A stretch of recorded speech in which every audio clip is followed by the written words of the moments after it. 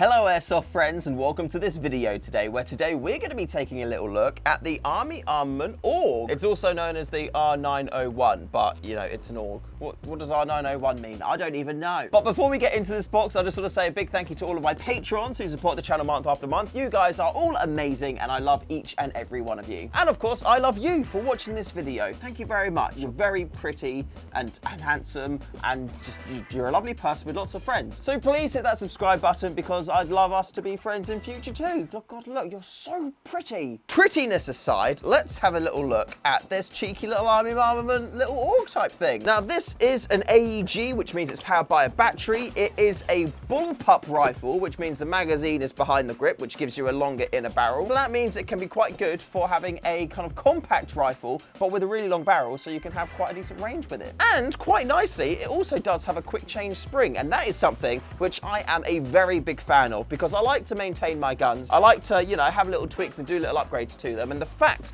that I can tweak the spring in this very easily is something which I'm very happy with. And here it is. Now you get the rifle in the box. You also get one high cap magazine, and this is a winding mag. So on the bottom there, you've got the wheel, and you also have an unjamming rod in there, which you use as like a cleaning rod too, because you can put a bit of cloth at the end of that and just jam it in the barrel, and then hey, boom, your barrel is clean. And that is pretty much, apart from these delicious treats, which I did eat once, and I do not recommend it because I misread what it said. I thought it said, do not throw away, eat, and I regretted that day. So do not do that. Do not do what I've done.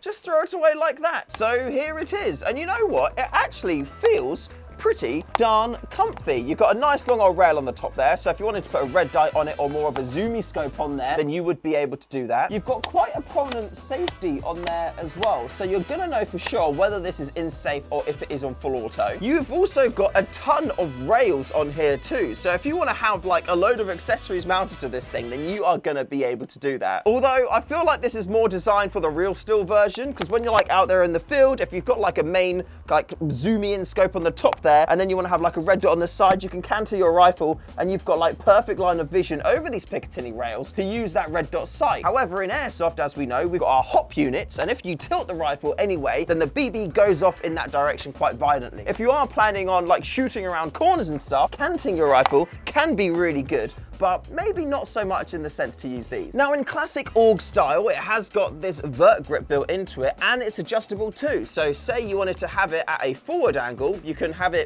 there for some reason. I don't know if you would want to have it like that, but it's something which you can do. And you can also have it fully in on the rifle too. So if you wanted to like transport it without any more like sticky outy bits, like without the vert grip being all sticky outy, then you can do. Or if you wanted to run it like that and have it might kind of be like a hand stoppy cut type grippy thing on the front, then you could do it like that too. And you know what? It's not that uncomfortable. It's not the best thing in the world. Like I think ultimately my best position would be just running it as a vert grip like that. And you know what? It is a tiny bit wobbly on there, but I imagine with that kind of grip, you're never going to be able to get it exactly perfect, nice and sturdy and secure, especially if you're just using a kind of like, you know, a system like this to hold it in place. But you know what? It is strong enough. And you can do what you want to do. You can like cant it really strongly, really quickly, and yeah, it's pretty darn effective. Now, as this is a bullpup, you have got your magazine, which goes in the back of the rifle here, and if you want to get it out, your mag release button is just there like so, and allows you to pull the magazine out just like that. Now, I do actually quite like this design, because you can either come up with your thumb,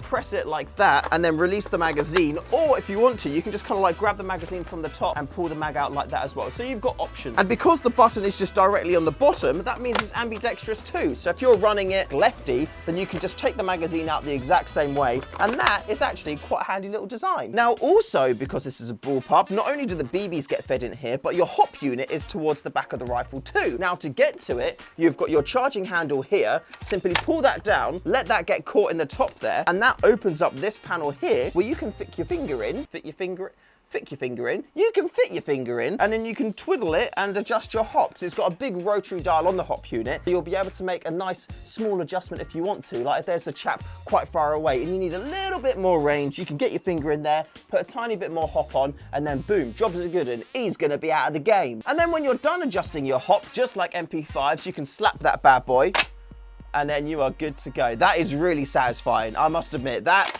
is something which is really super satisfying. Ow. And then when you do the little slidey thing, that closes up. So if I show you that there, look, now it's open. That is really loud. Ow. Now I'm gonna take the upper receiver off the lower receiver, but before we do that, hit the big old subscribe button if you haven't already. There's tons more content to come, and there's also tons of content already on the channel. So if you wanna check that out and have that coming up in your YouTube feed, hit the subscribe button. Also, while you're at it, hit the like button, turn on notifications, and drop me a comment too to let me know what you like about this video. I like to talk to you. I don't get outside much. So us communicating in the comments is some of the only social contact I have. Yeah, feels sad for me. So to take this apart, it's quite simple. You have got this little kind of button here, which you can press through, and then that just comes out there just like so. Then there's a metal plate, which comes out, and I don't know if that's supposed to be attached to this or not, but my one is not attached. I don't think it needs to be attached. And then once that's off, you just kind of like slide the upper receiver off, and then boom, you've now got 2 guns. Just kidding, they don't operate like 2 guns. So this is the lower receiver. This has got the like the gearbox and all the juicy internals in it. Your battery also gets stored in the butt plate, but we're gonna look at that in a little bit. This is your upper receiver where you've got your hop unit here. Your barrel goes all the way through to here. It is a long boy barrel. Like it is genuinely, it is very, very darn long. And this bit is also pretty much where all of the weight is too. And I quite like that because it balances out the bullpupness of the rifle. Usually with bullpup rifles, because you've got the gearbox in the back there, you can see a lot of the weight is in the rear and kind of makes it a bit more like you're trying to lift it up and angle it up with your wrist. Whereas with this, because the front end is so heavy, it kind of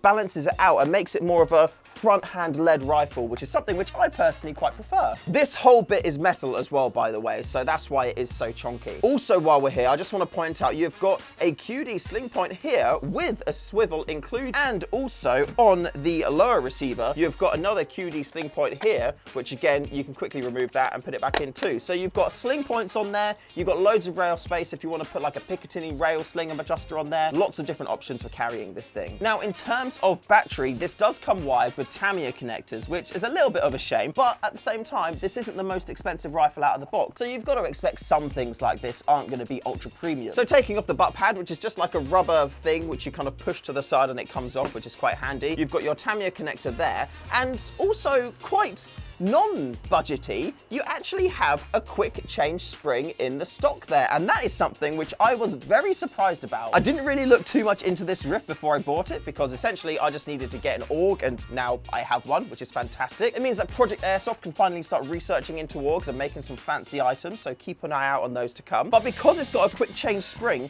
that means it's going to be easy for you to tech this thing. It's going to be easy for you to tune the power, so if you did want to run it as like a DMR or something like that, you're going to be able to do that. It's very cool. Although if you do want to run it as a DMR, you're probably going to have to alter the trigger because it's got the classic AUG trigger where you pull it a little bit and it's a single shot, and if you pull it all the way, it's then full auto. But a quick trick that you can do is you can just drill a hole through this trigger because it's solid plastic there, and you can put a screw in there which physically stops the trigger from traveling too far. So that is a little cheeky tip there for you if you do have an AUG and want to run it as a CQB semi-auto beast. So yeah, for your quick change spring, you've essentially got that screw bit there. You push it in, you twist it a little bit. I'm not going to do it right now because last time the spring guide went flying out all over the place and it almost hit me in the face. So I'm a little bit scared of it, but trust me, it is very easy to do. Literally just poke it in there, twist it, and jobs are good. That bit being done, we have pretty much covered all of the feature sets of this rifle, so now it's time to chrono. But before we chrono, if you still haven't hit that subscribe button, hit the button because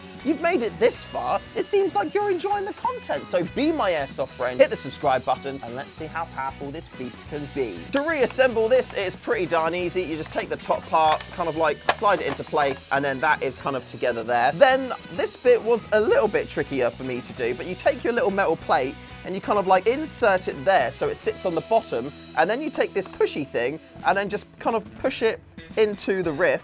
And then that's it kind of locked into place. I don't know if that's how it's supposed to be. It seems like a little bit of an odd way to do that, but hey, the gun is now together and everything's working, so yeah, that's how my one works anyway. So for this chrono, we're gonna be using some of my StayFreshShoe Balls 0.28 gram BBs. You can get them from Project Airsoft as well, by the way. And I'm gonna pour them into the high cap mag that we have here, just like so. I believe this is around 300 rounds. Then I'm gonna close the top and then wind the wheel on the bottom, get some BBs fed up that tube and have them under tension so we can then do our chrono. Now we are going to be doing an RPS test as well as a FPS test. So I want to see how many BBs per second I can shoot with this thing, because I'll be ideally using this over range and just spraying some people down at the same time. So we have got our famous little chrono rig here all set up and ready to go. So we're going to have that set for 2.28 gram BBs, which is what these are. We're then also going to be using an 11.1 volt LiPo battery, because I use that in all of my rifts just because I find I get the best performance with them. And I'm going to be using one of my dodgy little connectors here that I've made up to convert my battery into Tamiya, because I don't actually own any Tamiya batteries. So hopefully this doesn't spark or hurt me and everything will just work perfectly fine. Okay, that seems to be okay. I'm concerned that that is going to do something naughty. Right, so here we go. Magazine is in. Chrono is set to 0.28, so let's see what we do on semi-auto. So on semi-auto, that is pretty darn good, to be fair. So that is coming up at 1.3 joules. So that is actually slightly over the UK limit. So I'm actually pretty darn happy with that, because that means you can get in there, you can cut a couple of coils off the spring and tune that to be absolutely on point. So the UK limit for this type of gun would be 1.14 joules, and currently we are averaging at 1.3. So you have got a little bit of room there to bring it down, although conversely, if you wanted to run it as a DMR, then this would be considered site legal at pretty much every site, although site limits for DMRs do kind of like vary here and there. Now let's see what our RPS is with this cheeky boy. So half trigger pull for semi and then full for full auto.